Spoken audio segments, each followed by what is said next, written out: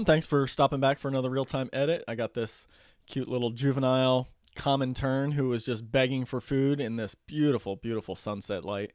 So let's start with a crop. Actually, I think I'm going to leave it as is. I like seeing the out of focus adult. I think it's an adult or it's the other small juvenile tern back there. But in any case, I like seeing that one back there. And if I crop any more off the right, I think I'll lose that. So just going to go lighter, blacks back down for contrast, and that gives me the color I want. And so I think that's pretty good. Let's head into Photoshop.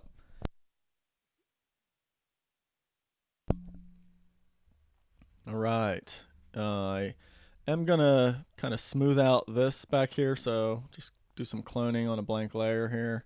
And whatever this dark spot is, could be another bird or something, who knows. Who knows what it is back there? It's too out of focus to tell. So I'm just going to keep doing some back and forth cloning with some light opacity here and just try to get everything to kind of blend together quite nicely. These areas are always the biggest pain in the ass to clone, where they have these real soft gradients like that. But I think I did it, and then just weird spots on the back of this one. Just try and smooth those out a little bit as well. There we go.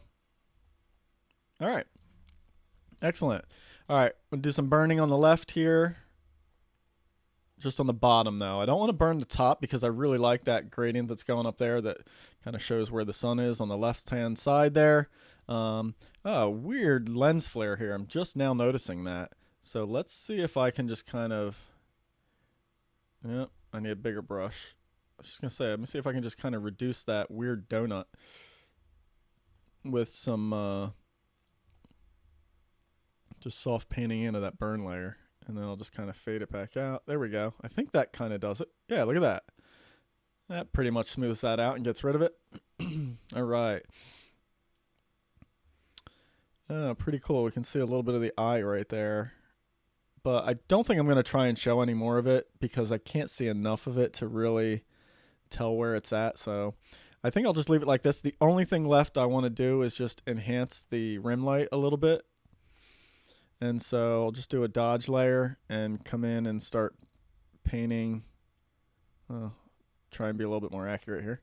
Just start painting in with a real tiny brush just to kind of enhance that. And then especially on the back side here, because the light is coming from the left-hand side just a little bit, as you can see from that sun position. I just want to enhance the rim light back here a little bit on the tail, so it really stands out. Also, it's not enough. Let me put another layer on to see if I can get it to really pop there. The other issue is it's getting really dark back here. So I think having the rim light go all the way around the tail. Let's try 3 pixels on the size. Will be a benefit to just kind of help complete the tail and show the shape of it back here. Now I think what I'm painting in right there is a little too much, but that's always how I would do that. I'm going to paint it too far, and then I'll come back in and lessen it with just a nice big soft brush. And then I can kind of fade out some of these areas too, which will be nice. So just going to give a nice rough outline on what's there.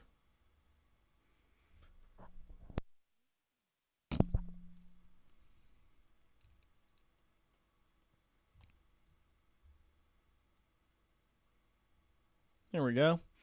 All right. Larger brush, paint with black. Watch, I'll just kind of really fade out the bottom here.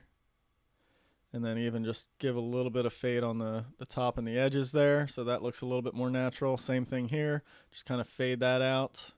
And then do the same right here.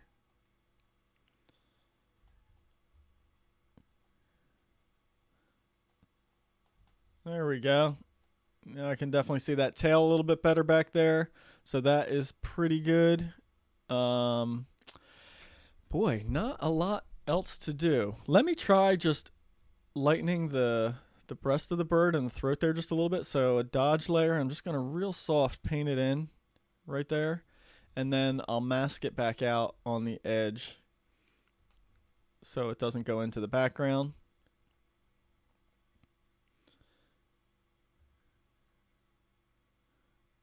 There we go. And now that should give me a nice soft kind of gradient onto the white area of the bird. So let's check that out. Yeah, look at that. Just real soft. All right, too much down here, so I'll back off of that a little bit. And then, yeah, there we go. You know, I think I'm just going to darken the top and that light area there just so it's really not visible for the most part, because I think that light spot is just kind of distracting, actually.